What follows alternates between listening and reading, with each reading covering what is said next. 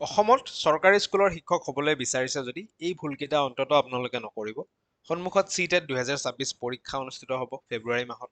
লগতে post graduate টিচাৰৰো vacancy আহিব, graduate টিচাৰৰ হয়তো ভেকেঞ্চি আহিব।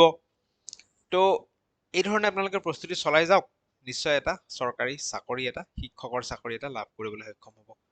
লগতে লাৰ্ণিং কিউবৰ এপ ডাউনলোড কৰিব পাৰে। CTET LPৰ সম্পূৰ্ণ চিলেবাছ কভাৰ কৰি বেটছ আৰম্ভ হৈছে, ক্লাছেছ আৰম্ভ হৈছে, আপোনালোকে জইন কৰিব পাৰে। অকল মাত্ৰ চাইল্ড ডেভেলপমেণ্ট এণ্ড পেডাগজি ছেকশ্যনটো যদি শিকে, LPৰ কাৰণে হওক বা UPৰ কাৰণে হওক, লাৰ্ণিং কিউবৰ এপত উপলব্ধ আছে। আপোনালোকে খুব কম পইচাত, প্ৰাইচ এতিয়া আৰু ড্ৰপ হৈছে, খুব কম পইচাত কোৰ্চসমূহ আপোনালোকে পাৰ্চেছ কৰিব পাৰিব। হোৱাটছআপ কৰিব কিবা ডাউট থাকিলে এইটো নাম্বাৰত। আৰম্ভ কৰিছো আজিৰ ভিডিঅ'। কি ভুল আপোনালোকে কৰা উচিত নহয়। প্ৰথম ভুলটো হৈছে, যদি বৰ্তমান পঢ়ি আছে, পাছ কৰা নাই, BEd বা DLEd পঢ়ি আছে, এই পঢ়া সময়খিনিত জব প্ৰিপাৰেশ্যনটোক ইগনোৰ কৰি চলাটো এটা ভুল। কাৰণ আজিকালি কম্পিটিশ্যন বাঢ়ি আহিছে। যোনে সোনকালে প্ৰিপাৰেশ্যন আৰম্ভ কৰিছে, সি এটা সদায় এডভান্টেজ পজিশ্যন এটাত থাকিবই। লগতে যেতিয়া এডভাৰটাইজমেণ্ট ওলায়, তাৰ পিছত দেখা যায় যে সময় বহুত কম দিয়ে। সেইকাৰণে প্ৰিপাৰেশ্যন আমি যিমান সোনকালে পাৰোঁ সিমান সোনকালে আৰম্ভ কৰা উচিত। যে নটিফিকেশ্যন আহিলেহে পঢ়িম, কেতিয়া আহিব, কেতিয়া GT আহিব, কেতিয়া PGT আহিব, সেই ধৰণৰ মাইণ্ডছেটটো ৰখাতকৈ আমি যেতিয়া আহিব, বাট আমাৰ প্ৰিপাৰেশ্যন আমি চলাই যাব লাগে, সেই মাইণ্ডছেটটোতহে আমি গুৰুত্ব দিয়া উচিত। আৰু বৰ্তমান যিসকলে পঢ়ি আছে, তেওঁলোকে কি কৰা উচিত, তেওঁলোকে অন্ততঃ দুটা ছাবজেক্ট এতিয়াৰ পৰাই পঢ়া আৰম্ভ কৰক। সেয়া হৈছে পেডাগজি। পেডাগজিৰ কাৰণে বেলেগ একো কৰিব নালাগে। CTETত ধুনীয়া চিলেবাছ দিয়া আছে। Syllabus wise child development and pedagogy গোটেইকেইটা কনচেপ্ট বৰ্তমান ক্লিয়াৰ কৰি থৈ দিয়ক। ছেকেণ্ড, আপোনালোকে আৰম্ভ কৰক আছাম GK। ঠিক আছে, কাৰণ গ্ৰেজুৱেট টিচাৰ আৰু পোষ্ট গ্ৰেজুৱেট টিচাৰৰ আছাম এণ্ড ইটছ পিপল এটা ডাঙৰ ছেকশ্যন এটা থাকে, আছাম GK। ঠিক আছে, এই দুটা টপিক অন্ততঃ পঢ়ি থকাৰ পৰাই পঢ়িবলৈ আৰম্ভ কৰক। বাকী টপিকখিনি দেখা যাব পিছত কি হয়। Pedagogy, Assam GK। আছাম GKৰ এখন কিতাপ লৈ লওক, যিকোনো আছাম ইয়াৰ বুক ল'ব পাৰে। শৈলেন বৈশ্য ছাৰৰ যিখন আছাম জেনেৰেল নলেজ কিতাপ আছে, সেইখন ল'ব পাৰে। লৈ পেলাই ডেইলি অলপকে ডেইলি 1 ঘণ্টা এতিয়াৰ পৰাই অন্ততঃ প্ৰিপাৰেশ্যন আৰম্ভ কৰক। বাকী যিসকল আছে পাছ কৰি গ'ল, তেওঁলোকেও কেতিয়া নটিফিকেশ্যন আহিব সেইবোৰ অপেক্ষা কৰা উচিত নহয়। এতিয়াৰ পৰাই যি আহিছে প্ৰিপাৰেশ্যন আৰম্ভ কৰি যাব লাগে, চলাই যাব লাগে। ঠিক আছে, নেক্সট আমি আগবাঢ়িছো। ইগনৰিং আদাৰ এক্সামছ। তাৰ মানে কি, যে মোৰ টাৰ্গেট হৈছে PGT, তো মোৰ PGT টাৰ্গেট কাৰণে মই CTET নিদিওঁ। LP UPতনো কোনে যায়, মই গ্ৰেজুৱেট টিচাৰৰো এপ্লাই নকৰোঁ। চ' এই ধৰণৰ মানসিকতা ৰখা উচিত নহয়। টাৰ্গেট যিয়ে নহওক, বাট সেই ৰিলেটেড যিমানবোৰ পৰীক্ষা আছে, আটাইবোৰ পৰীক্ষাত আমি বহা উচিত এপ্লাই কৰি পেলাই। তাৰ কাৰণটো কি? তাৰ কাৰণটো হৈছে যে প্ৰথম কথাটো এটা মাইণ্ডছেট ডেভেলপ হৈ যায়। নেক্সট কথা, যে এই যে আমি পৰীক্ষাবোৰ দিওঁ, পৰীক্ষাবোৰ দিওঁতে আমাৰ এইটো বস্তু হেল্প হৈ যায় যে কোনবোৰ বস্তু আমাৰ কাৰণে ইম্পৰ্টেণ্ট, কোনবোৰ বস্তুত পৰীক্ষাত সোধে, কোনবোৰ বস্তু ইম্পৰ্টেণ্ট নহয়, সেই এটা ফিল্টাৰ এটা হৈ যায় আমাৰ ব্ৰেইনত। ছাবকনচিয়াছলি ব্ৰেইনত আমাৰ সেই বস্তুটো আহি যায়। চ' আমি যেতিয়া কিতাপ এখন লৈ পঢ়িম, মই এতিয়া পেডাগজি বুলি ক'লো, এতিয়া পেডাগজিত যদি মই দৃষ্টি IASৰ কিতাপখন পঢ়িবলৈ আৰম্ভ কৰোঁ, দেখিম যে তাত বহুতখিনি যথেষ্টখিনি যোনবোৰ নেকি পৰীক্ষাৰ কাৰণে ৰেলিভেণ্ট নহয়, তেনেকুৱা কথা আছে। চ' মই কেনেকে গম পাম কোনখিনি ৰেলিভেণ্ট হয়, কোনখিনি নহয়? এই যে বিভিন্ন এক্সামসমূহ দিম, সেই এক্সাম দিওঁতে মোৰ ব্ৰেইনত বস্তুটো সোমাই যাব, কোনবোৰ ৰেলিভেণ্ট, কোনবোৰে এইবোৰ আননেচেচাৰী বেছিকে লিখিছে, সেইবোৰ মই স্কিপ কৰি যাব পাৰোঁ। সেইকাৰণে প্ৰত্যেকটো এক্সাম দিয়া উচিত। এক্সামবোৰ দিলে আমাৰ পিন পইণ্ট প্ৰিপাৰেশ্যনত, শাৰ্প প্ৰিপাৰেশ্যন এটাৰ আমাৰ হেল্প হয়। ঠিক আছে, নেক্সট আগবাঢ়িছোঁ। বহুতে কয় MCQ চাই লাভ নাই, বহুতে কয় কনচেপ্ট চাব লাগে। But in actual practice concept plus MCQ দুইটাৰ গুৰুত্ব আছে। কনচেপ্ট চালে টানি টুনি পাছ কৰি যাব পাৰি, ভাল মাৰ্কছ আনিব নোৱাৰি। It's reality. কনচেপ্ট গোটেইখিনি পঢ়ি যাওক,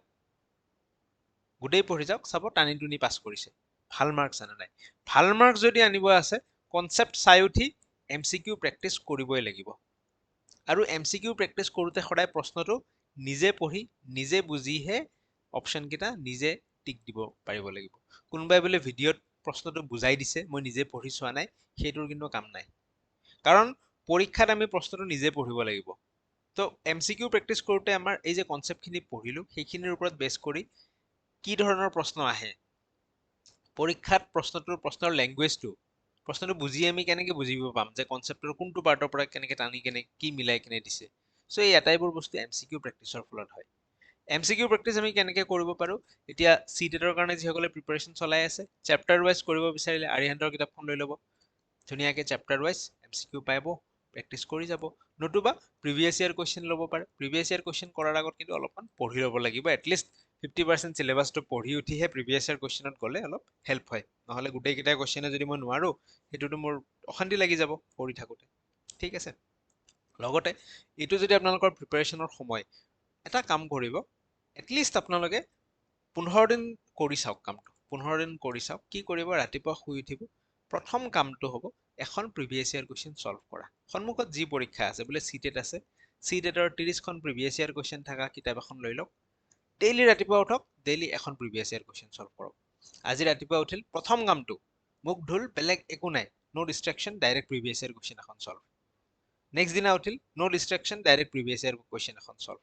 বা কিবা যদি বেলেগ পৰীক্ষাৰ কাৰণেও প্ৰস্তুতি চলাই আছে বেংকিং হৈ গ'ল এছএছচি হৈ গ'ল অসমৰ বিভিন্ন গ্ৰেড 3 পৰীক্ষাসমূহ এপিএছচি হৈ গ'ল যি পৰীক্ষাই নহওক কিয় এই কামটো আপোনালোকে অন্ততঃ 15 দিন কৰি চাওক তাৰপিছত নিজৰ মাইণ্ডৰ ভিতৰত কি ধৰণৰ চেঞ্জেছ আহে নিজে উপলব্ধি কৰিব পাৰিব ৰাতিপুৱা উঠক প্ৰিভিয়াছ ইয়াৰ কুৱেশ্যন ছল্ভ এখন তাৰপিছত বাকী কাম হ'ব আকৌ ৰাতিপুৱা উঠক নেক্সট দিনা 5টাত উঠে 6টাত উঠে ফাৰ্ষ্ট কাম প্ৰিভিয়াছ ইয়াৰ কুৱেশ্যন এখন ছল্ভ ঠিক আছে এই কামটো কৰি চাওকচোন ৰাতিপুৱাৰ প্ৰথম কামটো এখন প্ৰিভিয়াছ ইয়াৰ কুৱেশ্যন ছল্ভ কৰি চাওক দেখা পাব কি চেঞ্জেছ আহে এণ্ড ফাইনেলি ডিষ্ট্ৰেকশ্যনছ বুলি কওঁতে এতিয়া কিছুমান বস্তু কেনেকুৱা হয় যে টপিক এটা আমি পঢ়িম আমি টপিকটো ইউটিউবত চাৰ্চ কৰিলোঁ 100টা ভিডিঅ' আহিল এইটো ভিডিঅ'ও চাওঁ এইটো ভিডিঅ'ও ক্লিক কৰোঁ এইটোও চাওঁ যেন লাগে সেইবোৰো একোটা ডিষ্ট্ৰেকশ্যন তেনেকুৱাবোৰ আমি আঁতৰাই চলিব লাগে যিমান পাৰোঁ আমাৰ লগত লিমিটেড চ'ৰ্চেছ থাকিব লাগে লিমিটেড ৰিচ'ৰ্চেছ যে এইখন কিতাপ এইটো ইউটিউব চেনেল ঠিক আছে বা এইটো কিবা